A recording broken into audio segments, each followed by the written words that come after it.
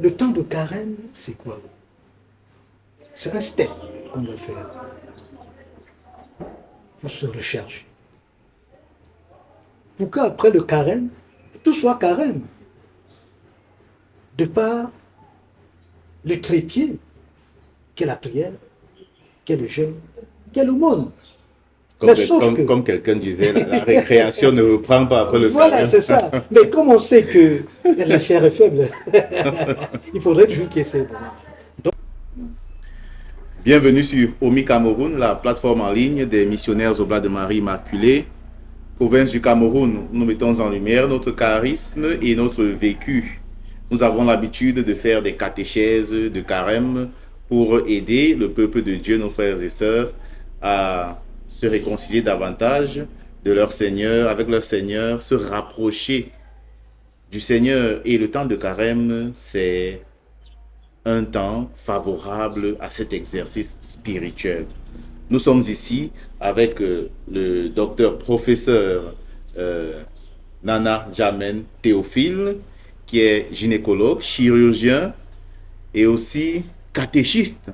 Il donne la catéchèse ici, dans notre paroisse Christ Sauveur de Bangé. Et avec lui, nous allons échanger sur ce que l'Église nous enseigne pour mieux vivre notre carême. Bonjour, Papa Théo. Bonjour, Père Raphaël. Et bienvenue sur ce plateau. Merci. C'est une grande joie pour nous que de t'avoir. Et ensemble, nous allons parler un peu du carême. Le carême a déjà commencé. Et nous avons besoin, le peuple de Dieu a besoin de se réconcilier davantage. C'est pourquoi nous avons besoin de leur décortiquer un peu la parole de Dieu et la catéchèse. Nous savons déjà que le carême, c'est une période de 40 jours qui nous est donnée pour affiner, pour affûter voilà, notre vie spirituelle, pour nous rapprocher davantage du Seigneur. Et le carême, le mot carême vient d'un mot latin qui veut dire 40. Le mot c'est quadragesima qui signifie 40. Et le carême tire sa source d'abord des 40 années que le peuple d'Israël a passé dans le désert. Ensuite, nous pensons aux 40 jours que Jésus lui-même a passé dans le désert. Et le désert, c'est un lieu aride, c'est un lieu sec. C'est le lieu où nous faisons l'expérience du manque, de l'absence. Mais paradoxalement, le désert est aussi, et nous allons le voir avec le prophète Osée, le lieu où nous faisons l'expérience de l'intimité avec le Seigneur.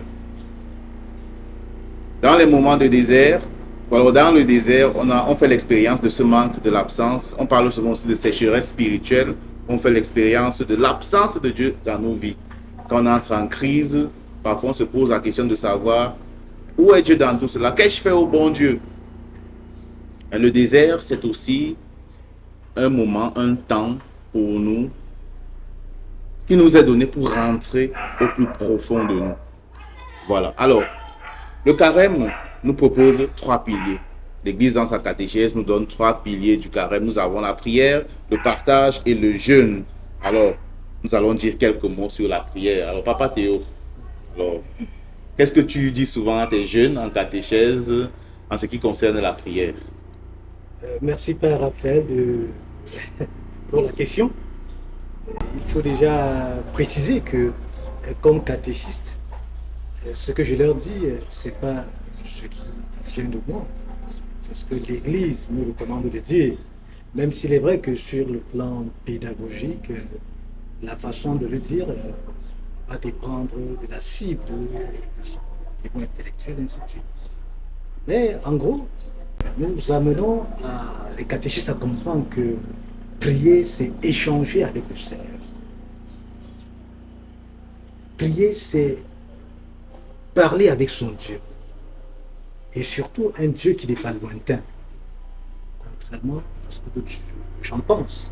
Qu'il est question d'un Dieu barbu, qui voudrait, n'est-ce pas, qu'on se parfume, qu'on se mette en cravate, ainsi. Non.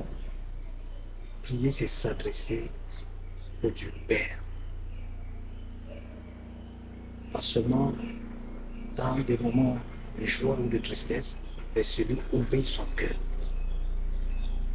Et à côté de cela, nous attirons l'attention de nos catéchumènes de comprendre que, in fine, tu as soif de nous. Tu as soif de nous, mais il attend tout simplement un déclic de notre part. Par le respect de la liberté qu'il nous a donnée. C'est un peu comme la rencontre de la Samaritaine au puits de Jacob. Jésus a soif de nous. Et pour peu que nous rencontrions, il va, si nous avons ouvert notre cœur en vérité, il va développer en nous la soif d'avoir besoin de lui. Et finalement, c'est beau parce que finalement, on se retrouve dans une situation où chacun a soif de lui. Voilà tout ce que je peux dire. C'est-à-dire que Dieu a soif de nous. Notre âme aussi a soif de Dieu, comme nous dit le psaume 62. Et c'est ce qui justifie le fait que nous prions, en fait.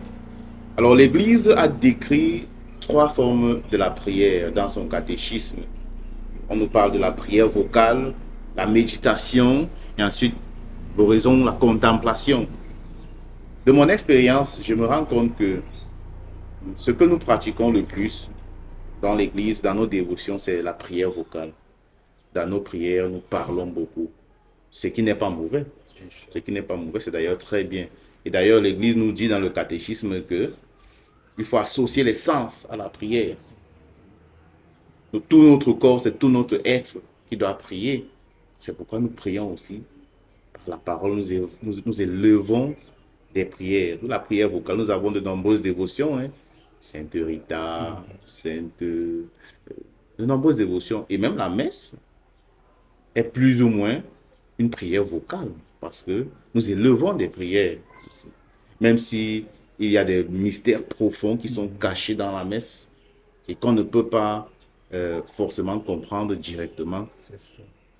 Mais c'est dans une expérience spirituelle, voire mystique, qu'on peut bien comprendre ce qui se passe dans la messe. C'est le Seigneur, par son esprit qui habite en nous, qui nous donne aussi de comprendre. Donc, il y a ça, la prière vocale. Et moi, je dis souvent aux gens que il ne faut pas s'arrêter là. Moi, je vois ces 3 étapes comme un cheminement graduel, il faut avancer.